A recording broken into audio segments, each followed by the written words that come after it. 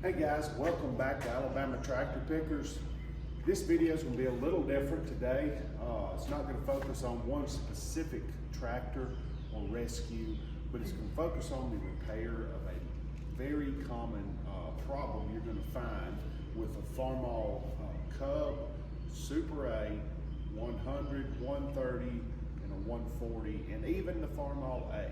What I'm talking about is the Cultivator universal mounting frame and the set screws or bolts that hold it to the front casting. I've got a couple of bolts stripped out. They will not tighten up, the threads are stripped.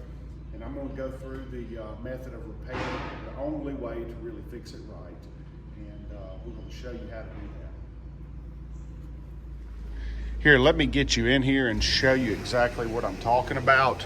So the bolts here on the lower steering box housing, those 4 bolts there hold the Cultivator universal mounting frames tight.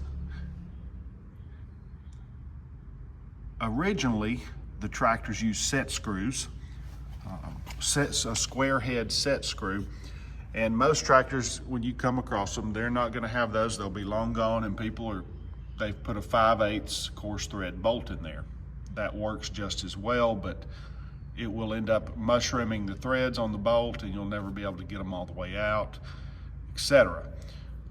My issue now is that these two are tight. Those are tight. This right-hand universal mounting frame, it's mounted to the tractor. It is very tight. These 2 inner bolts, which actually are up against the engine block, these 2 inner bolts are not tight. I've got one out so I could look at everything, but they're not tight. The threads are actually stripped. They will not even attempt to tighten up. So that means the left-hand universal mounting frame is loose, and it will freely slide in and out. So the only really good way to fix this is to pull this tractor apart so we can actually access those holes. And then we're going to do a thread repair kit. Helicoil is a common brand, and we're going to reinforce those threads and get this back to where it needs to be.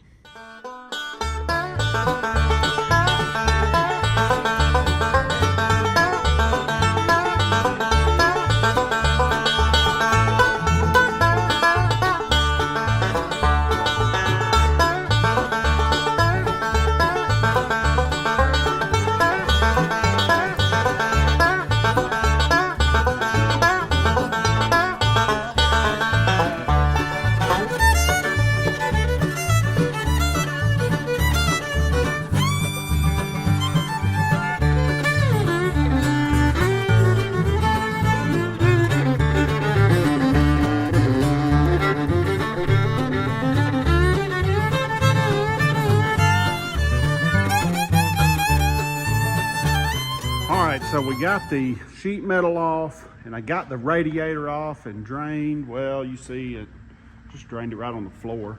That's perfect. Try to wring the bucket, and you can see we got just probably like half a gallon in there.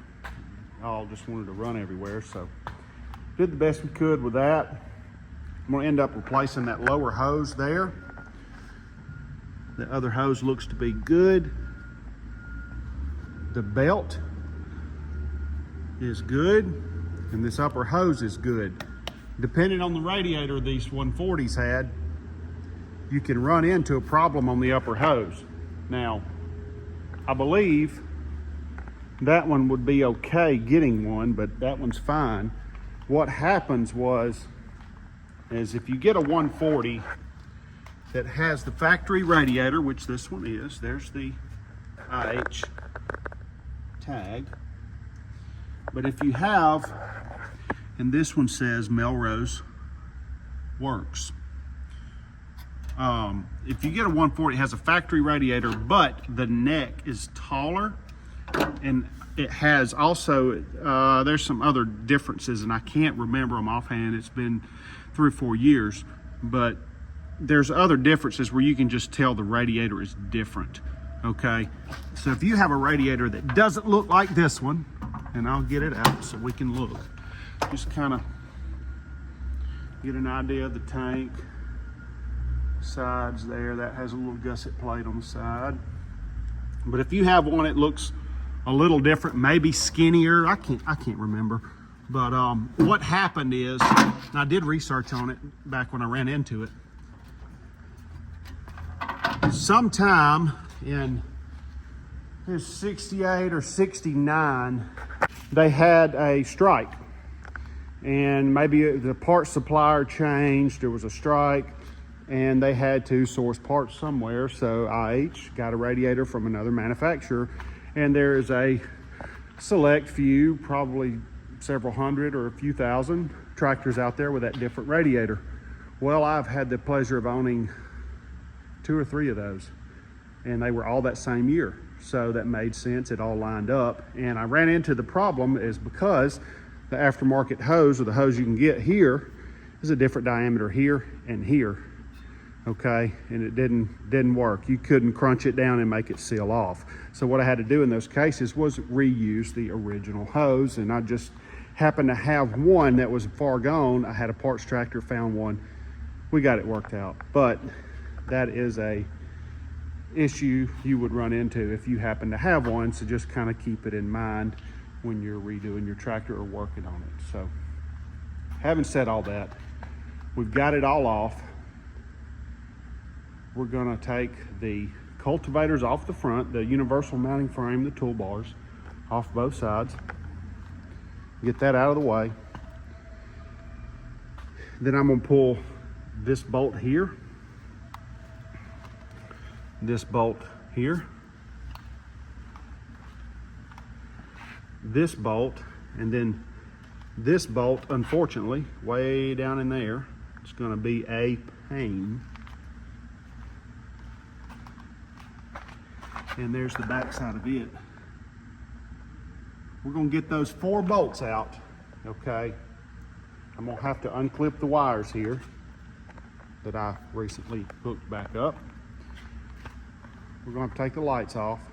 Anyway, we'll get those bolts out, cultivators off. We're going to pop this bolt out of the steering column here, pop that out, let it hang free. I'm going to hoist the tractor half off the beam here. I'm going to get a forklift and try to work this off, and we're going to have to be mindful to work around that front crank pulley, which is not going to be easy. So I have to lift the tractor on up in the air and try to drop this down at the same time, just to get that front off. And once we get the front off, then we'll be able to access the 2 inner holes that are stripped. So that would be that hole and that hole. These 2 holes are just fine, so there's no need to put helicals in those.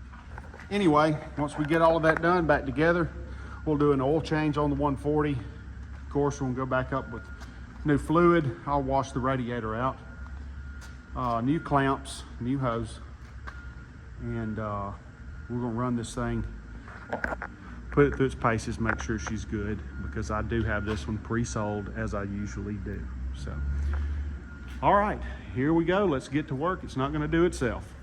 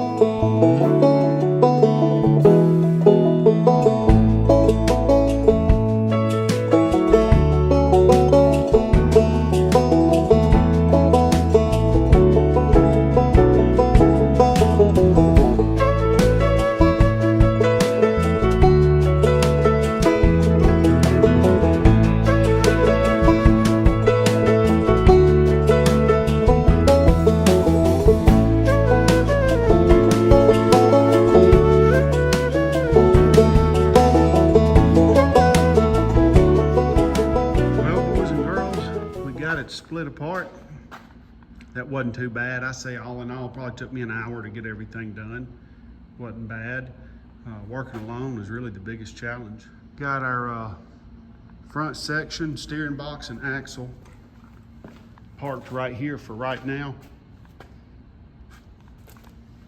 About to take the kids to the beach for Memorial Day, so I'll get back on this next week. But you can see we can get right to the holes that we need to get to with a drill and a tap. So that made that 100 times easier, really the only way to do it. I'm gonna lay this on the ground for now. We get ready to work on it, we'll hold it back up just like we got it with the forklift. So we'll lay that on the ground. We're gonna get this shored up and we're gonna call it a night.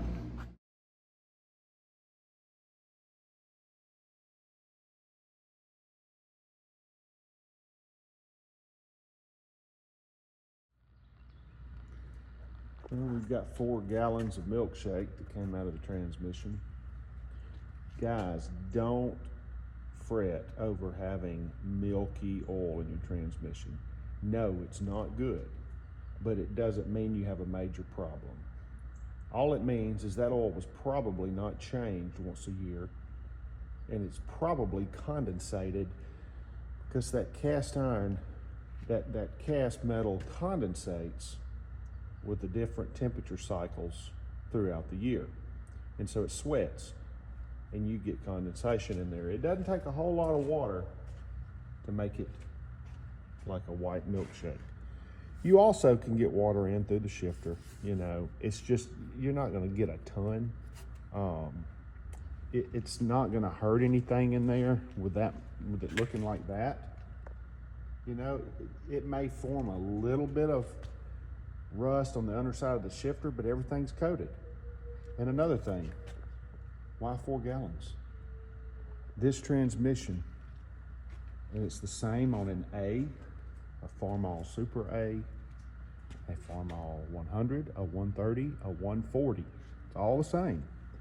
It only holds 4.5 quarts,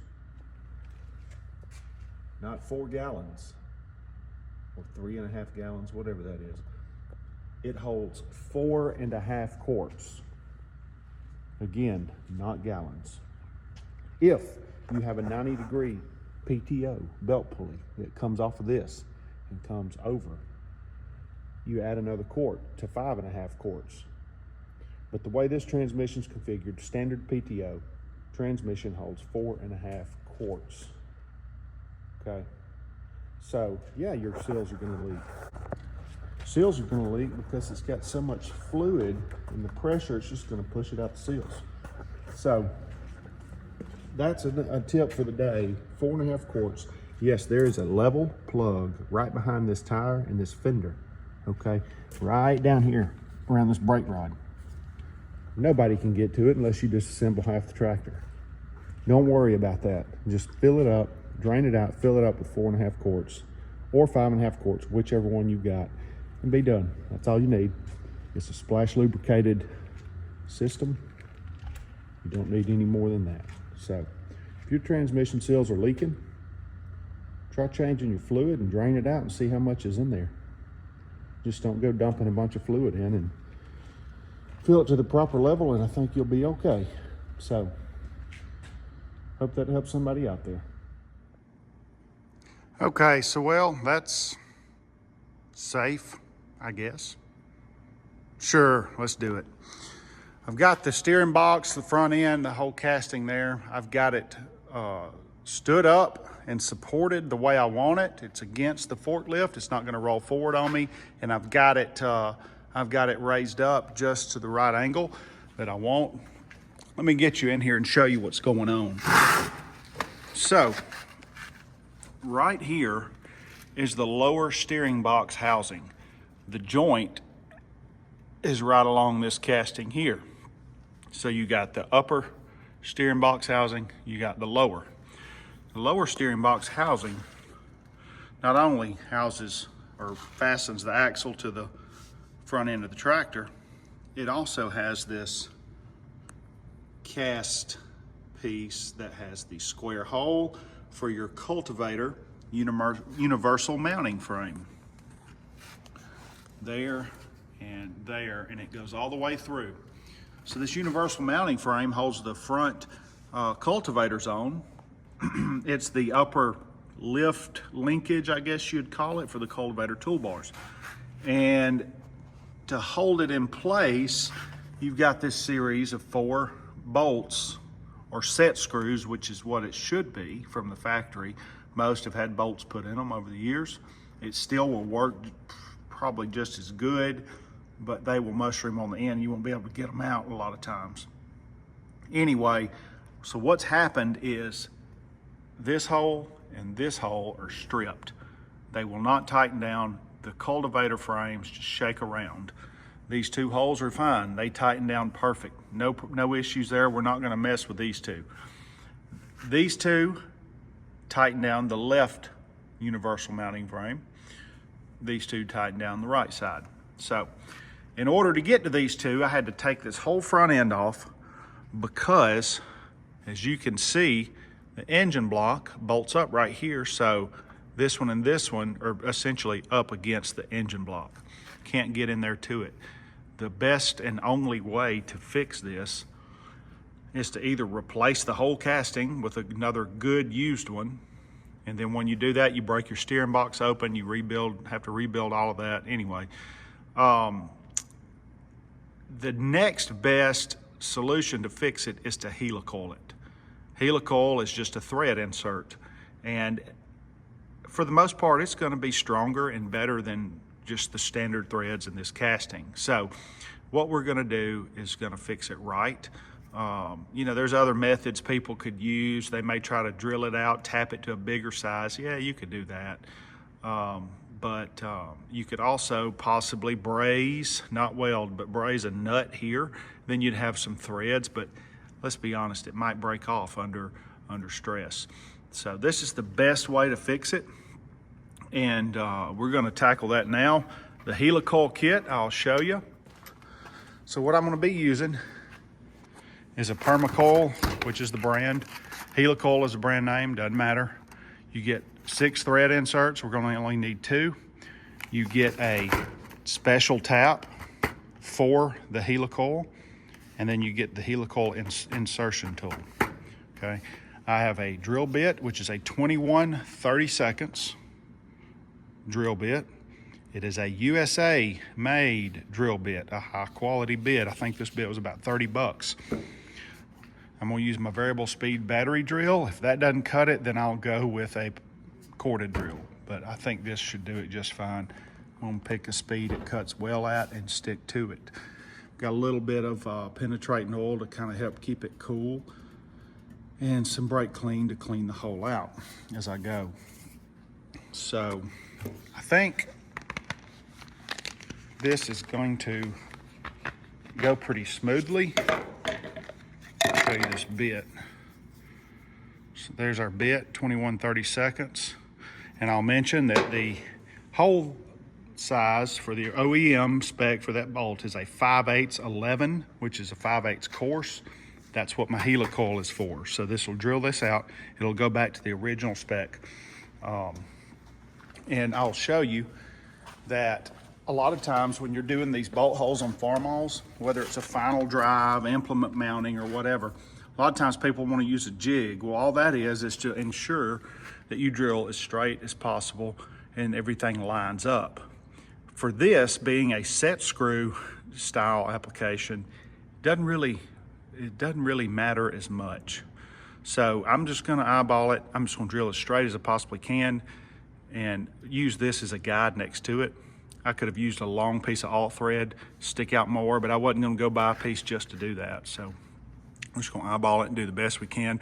If this were on a final drive, a rear implement mounting like a drawbar bolt or something like that, you probably would want to build a jig to bolt up to the good bolts and extend over to guide you when you're drilling. So anyway, let's just dig in. That's all we can do. This is my first helicoil, and I kind of reached out to some friends online on forums that I've been part of for years, and they kind of they encouraged me and reassured my same thoughts about doing this, and you know, it's my first one, and not a better way to learn than on something like this where it doesn't matter as much if you get it off just a little bit. So we're going to get this helicoil drilled out, tapped, helicoiled, and get this thing all back together so it can go cultivate the fields.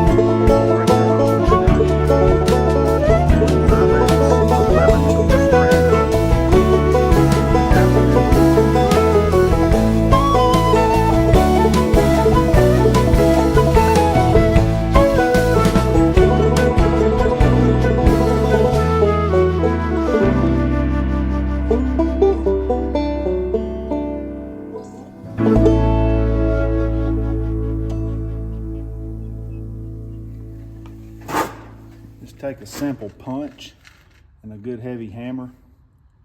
Put your punch squarely on the tang where it meets the last round of thread. Just strike it firmly and it should break off.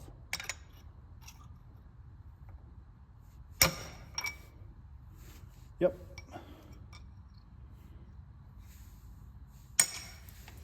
There it goes. That's it. But now we have good threads in both holes. Let's check the other one.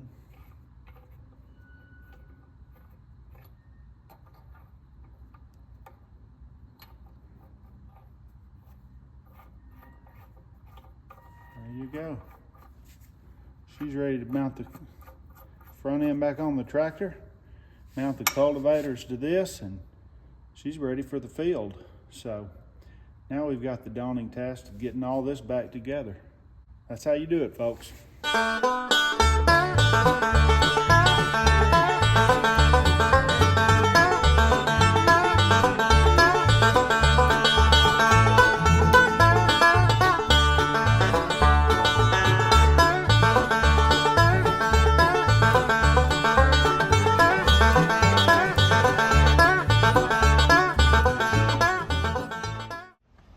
changing the oil in your Farmall 140 or Super A or C or 100 or Super C or Cub for even that matter. Changing the oil in these tractors is super easy. All you do, you got a drain plug down here. Drain your old oil out, inspect it before you do. Make sure there's not a lot of water comes out first. Water will settle to the bottom. But just drain your oil, and then your filter is behind this canister, excluding a Cub. They have their own style. But in the A, the Super A, 140, 100, 200, Super C, it's all right here, same engine. What you do is you get you a wrench, take this nut loose right here, or the bolt, spin it all the way off, take the whole housing off.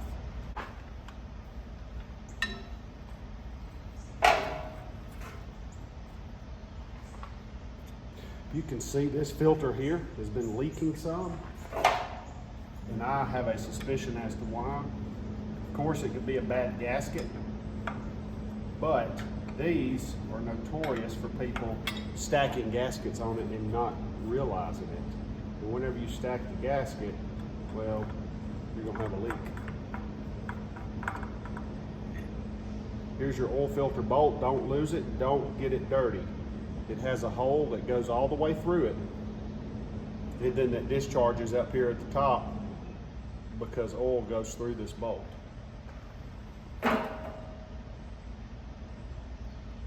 Make sure everything looks good.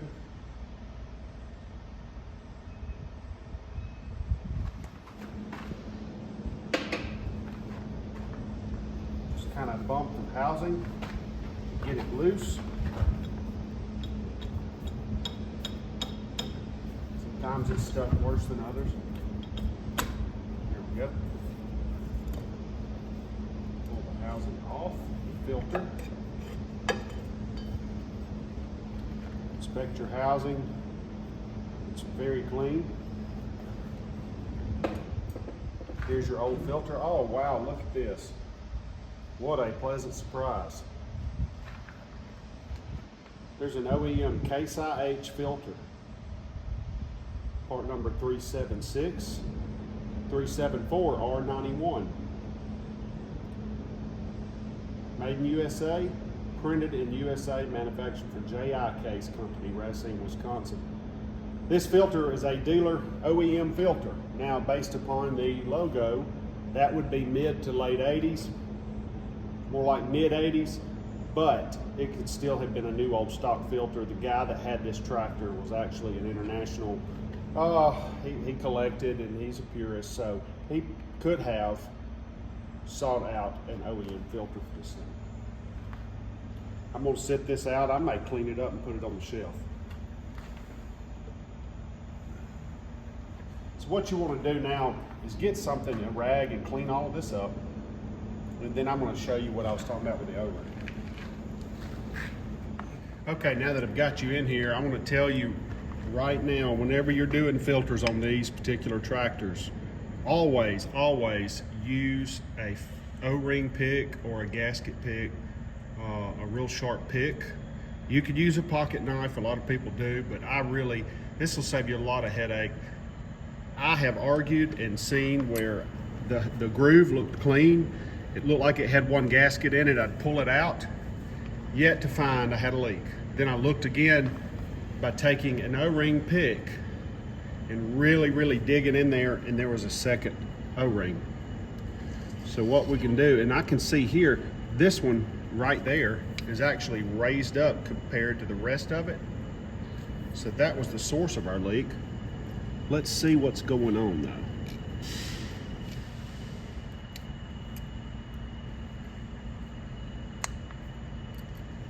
Go and pull this out. There's that.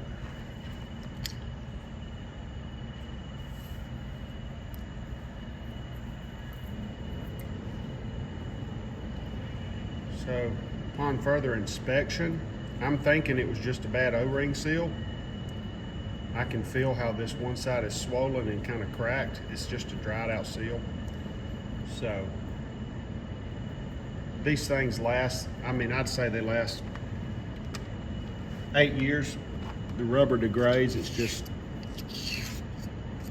just doesn't last. But if you take that O-ring pick, just make sure that groove is clean, very clean, and which ours is. Luckily, there was not a second O-ring in that groove. But like I said, don't count it out. Okay. There's a little bit of oil down in there from where it was leaking, but that's perfectly fine. It'll help lubricate the seal. So what you want to do is replace your filter. And for today's filter, we're using, of course, a Wix 511-72. That crosses over from the international number.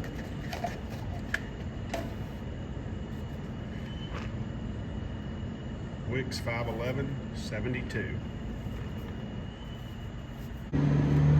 Just gently press it in, your finger, all the way around.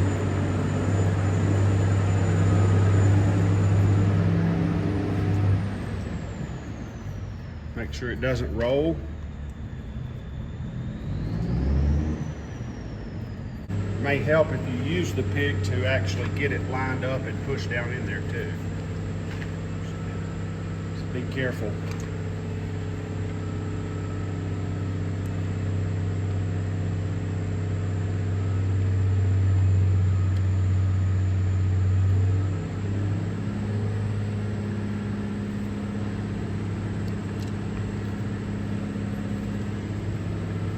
Always use the back side of my pick, the smooth edge, to kind of press it down in, seat it.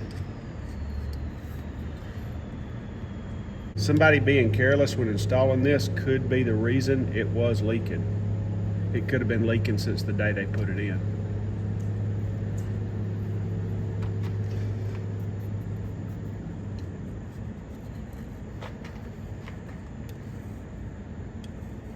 I'm gonna go ahead and put the filter in. You can't fill these up, well, because they're open on both ends. Put the filter down in the hole with the long neck down, just like so. Take your housing cover, put it on. All right, so then now you got the cover on, you want to replace your bolt and tighten it down just good and snug. You don't want to deform anything by over tightening it. Run the tractor, make sure you don't have any leaks. If you do have leaks, all you gotta do is just snug it up a little bit more. You can always tighten it up. You can't go back the other way once you deform something. So, tractor holds 5 quarts of oil. Always put in 4, run the tractor, and then top it off as necessary. You got a dipstick here on these 140s. The old Super A's had petcocks on the bottom side. And then here on the 140, you have an oil filler at the governor, and you also have it here on the valve cover. So I'm gonna be using 1540 diesel oil, and that's just really good for these older engines with the flat tappet cams. So we'll get this thing filled up and the oil's gonna be done.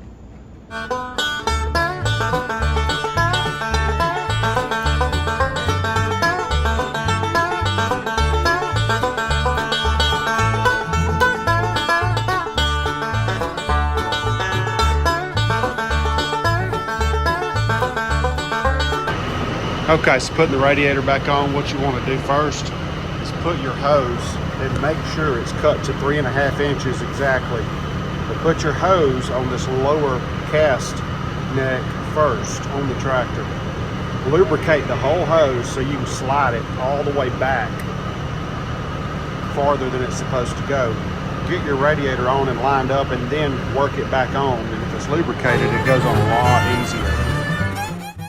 Wanted to get the tractor out and give it a good wash and degrease it after doing all that work while it's still apart. I did check the radiator for leaks. I ran it, no leaks present, so got it out here, giving it a good wash.